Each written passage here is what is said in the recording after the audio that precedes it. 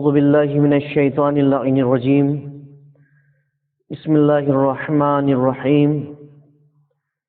ناظرین کرام السلام علیکم، میں آپ کی خدمت میں تفسیر قرآن مجید کے عنوان سے آج سورہ حمد کی تفسیر لے کر حاضر ہوا ہوں، اور انشاءاللہ ماہ مبارک رمضان میں مسلسل کوشش رہے گی کہ جو چھوٹے چھوٹے سورے ہم پڑھتے ہیں ہم ان کی تفسیر سے آشنا ہو سکیں۔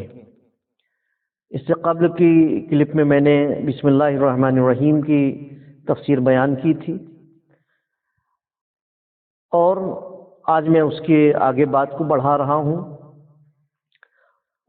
پروردگار عالم رحمان و رحیم ہے، اس کی رحمت ساری کائنات پر محیط ہے، لیکن کبھی کبھی ایسا ہوتا ہے کہ کوئی انسان کسی کی پریشانی کو دیکھ کر اس پر شفقت کرتا ہے، تو لوگ کہتے ہیں کہ اس کی رحمت بھی دیکھو۔ در حقیقت انسان کی رحمت میں اور خدا کی رحمت میں فرق ہے۔ جب انسان کی طرف لفظ رحمت کی نسبت ہوتی ہے اور رحمت کے نتیجے میں اس سے جو فعل سرزد ہوتا ہے، شفقت اور سخاوت کا نام دیا جاتا ہے، اور جب اللہ کی طرف رحمت کی نسبت دی جاتی ہے تو اس سے وہ ثواب مراد ہوتا ہے جو وہ اپنی مخلوق کو عطا کرتا ہے۔ انسانی قلب میں رحمت اس وقت پیدا ہوتی ہے جب وہ کسی کو دکھ درد میں مبتلا دیکھتا ہے، کسی کو پریشانی میں مبتلا دیکھتا ہے، کسی کو تکلیف میں دیکھتا ہے، بیمار کو دیکھتا ہے یا بے لباس کو دیکھتا ہے، بھوکے کو دیکھتا ہے، تب اس کے اندر ایک ہمدردی کا جذبہ پیدا ہوتا ہے، رحمت کا جذبہ پیدا ہوتا ہے، سخاوت کا جذبہ پیدا ہوتا ہے، تو اس کا دل اس کے حال پر کڑھتا ہے، اور جب دل کڑھتا ہے تو دل کی اس کیفیت کے بعد انسان پر لطف و شفقت کرتا ہے، وہ انسان دوسرے انسان کے اوپر شفقت کرتا ہے، لطف کرتا ہے، اور ایسے ہی موقع پر کہنے والا کہتا ہے کہ فلاں شخص کی رحمت کو دیکھو کہ اس نے فلاں کی مدد کری، اس نے فلاں کی پریشانی کو دور کری، فلاں بے لباس کو لباس عطا کیا، فلاں بیمار کا علاج کرا دیا، فلاں پریشان حال کی پریشانی کو دور کر دیا، فلاں کی یہ کر دیا۔ تو اس سے مراد وہ شفقت بھرا سلوک ہوتا ہے جو رقت قلب کے نتیجے میں پیدا ہوتا ہے۔ کس کے نتیجے میں؟ رقت قلب کے نتیجے میں۔ جب اللہ کے لیے یہی لفظ رحمت بولا جاتا ہے تو اس کے مفہوم میں رقت قلب نہیں آتا، رقت قلب شامل نہیں ہوتا، کیونکہ وہ اعضاء و جوارح سے پاک ہے۔ جب وہ اعضاء و جوارح سے پاک ہے تو ظاہر سی بات ہے کہ قلب کا تصور نہیں کیا جا سکتا ہے۔ وہ رحیم ہے لیکن اس کی رحمت رقت قلب کی پیداوار نہیں ہے۔ یہ فرق ہے انسان کے اور خدا کی رحمت میں، سخاوت میں، عطا میں، لطف میں۔ اس کے بعد اب ہم بات آگے بڑھا رہے ہیں، چونکہ بسم اللہ کی تفسیر مکمل ہو گئی۔ سورہ الحمد ایک روایت میں امام جعفر صادق علیہ السلام سے منقول ہے کہ جس میں 4 باتیں ہوں گی وہ اللہ کے عظیم نور میں ہوگا۔ ان میں ایک وہ ہے کہ جسے کوئی بھلائی پہنچے تو وہ الحمدللہ کہے، الحمدللہ رب العالمین، یا صرف الحمدللہ کہے۔ اسی اسناد میں امام زین العابدین سے بھی مروی ہے، آپ نے فرمایا کہ الحمدللہ کہا تو اس نے خدا کی نعمتوں کا شکر ادا کیا۔ اور ظاہر سی بات ہے کہ انسان کی یہ عادت ہونی چاہیے کہ کوئی بھی نعمت ملے تو فوراً اس پروردگار کو یاد کرے اور اس کا شکر ادا کرے، چاہے وہ صرف اتنا ہی کیوں نہ کہے الحمدللہ۔ انشاءاللہ آگے آئے گا اس کی کتنی فضیلت ہے صرف لفظ الحمدللہ کی۔ جو ہم کہتے ہیں، ظاہراً ایک چھوٹا سا کلمہ ہے لیکن بہت فضیلت ہے، بہت سارے معنی موجود ہیں۔ اس کے علاوہ اصول کافی میں صفوان جمال سے منقول ہے کہ امام جعفر صادق علیہ السلام نے مجھ سے فرمایا، اللہ کسی پر چھوٹی نعمت کا انعام کرے یا بڑی نعمت کا، اور وہ نعمت کے بعد الحمدللہ کہے، تو اس نے نعمت کا شکریہ ادا کیا۔ یعنی امام علیہ السلام فرما رہے ہیں چاہے نعمت چھوٹی ہو چاہے نعمت بڑی ہو، لیکن جیسے ہی آپ نے الحمدللہ کہا، آپ نے اس نعمت کا شکریہ ادا کر دیا۔ اور اللہ کا وعدہ کیا ہے؟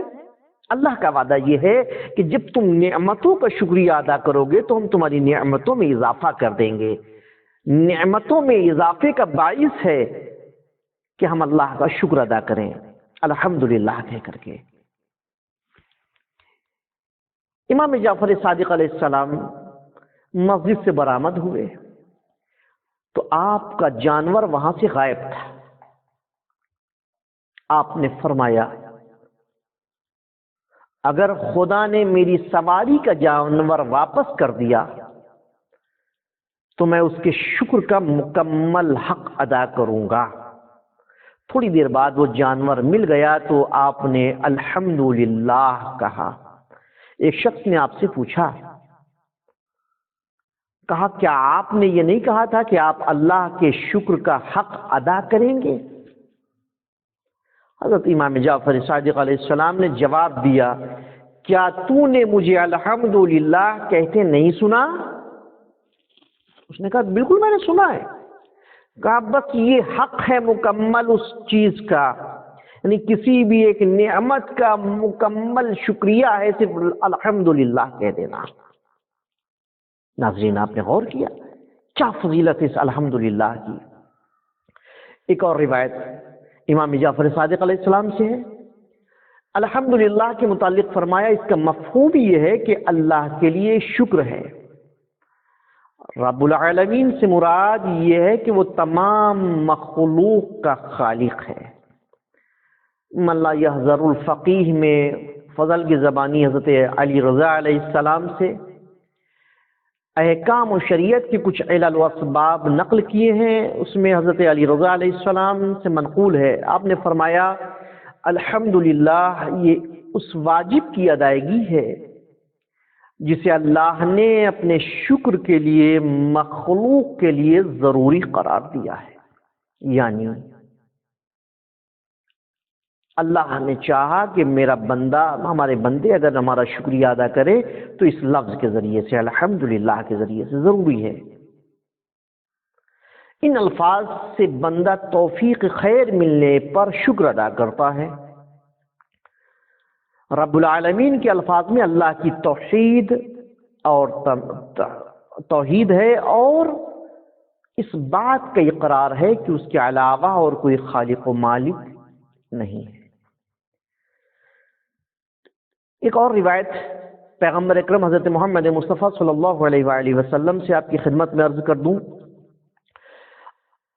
فرماتے ہیں کہ اللہ نے فاتحۃ الکتاب نازل کر کے مجھ پر احسان کیا، یعنی سورہ حمد نازل کر کے مجھ پر احسان کیا، اور اس کی آیت الحمدللہ رب العالمین اہل جنت کا کلام ہے۔ اللہ اکبر، کتنی فضیلت ہے جو ہم 5 مرتبہ 5 نمازوں میں پڑھتے ہیں۔ 5 وقت نماز میں ابتدا کی ہے، دونوں رکعت میں الحمد تو پڑھنا ہی پڑھنا ہے، تیسری اور چوتھی میں اختیار ہے کہ ہم الحمد پڑھیں یا تسبیحات اربع پڑھیں۔ تسبیحات اربع کا اپنا ثواب ہے، سورہ حمد کا اپنا ثواب ہے، لیکن جتنی مرتبہ بھی ہم پڑھتے ہیں، جب ہم الحمدللہ رب العالمین کہتے ہیں گویا اہل جنت کے کلام کو زبان پہ جاری کرتے ہیں۔ اللہ اکبر، کیا فضیلت ہے عزیزان محترم، ذرا آپ اندازہ لگائیں اور غور کریں اس بارے میں۔ جب خدا نے انہیں نعمات سے نوازا تو وہ کہتے ہیں الحمدللہ رب العالمین۔ اور جب بھی نعمات سے نوازتا ہے تو الحمدللہ رب العالمین کہتے ہیں۔ مومنین کی بھی عادت ہونی چاہیے، اور میں تو امید کرتا ہوں، اور ہر اس مومن جو بھی مومن ہے، کوئی بھی نعمت ملتی ہے تو اس خدا کا شکر ادا کرتا ہے اور کرنا چاہیے۔ الحمدللہ رب العالمین، پروردگارہ تیرا شکر، تعریف ہے تیری جو عالمین کا پالنے والا ہے، عالمین کا خالق ہے، عالمین کا مالک ہے۔ اور ایک روایت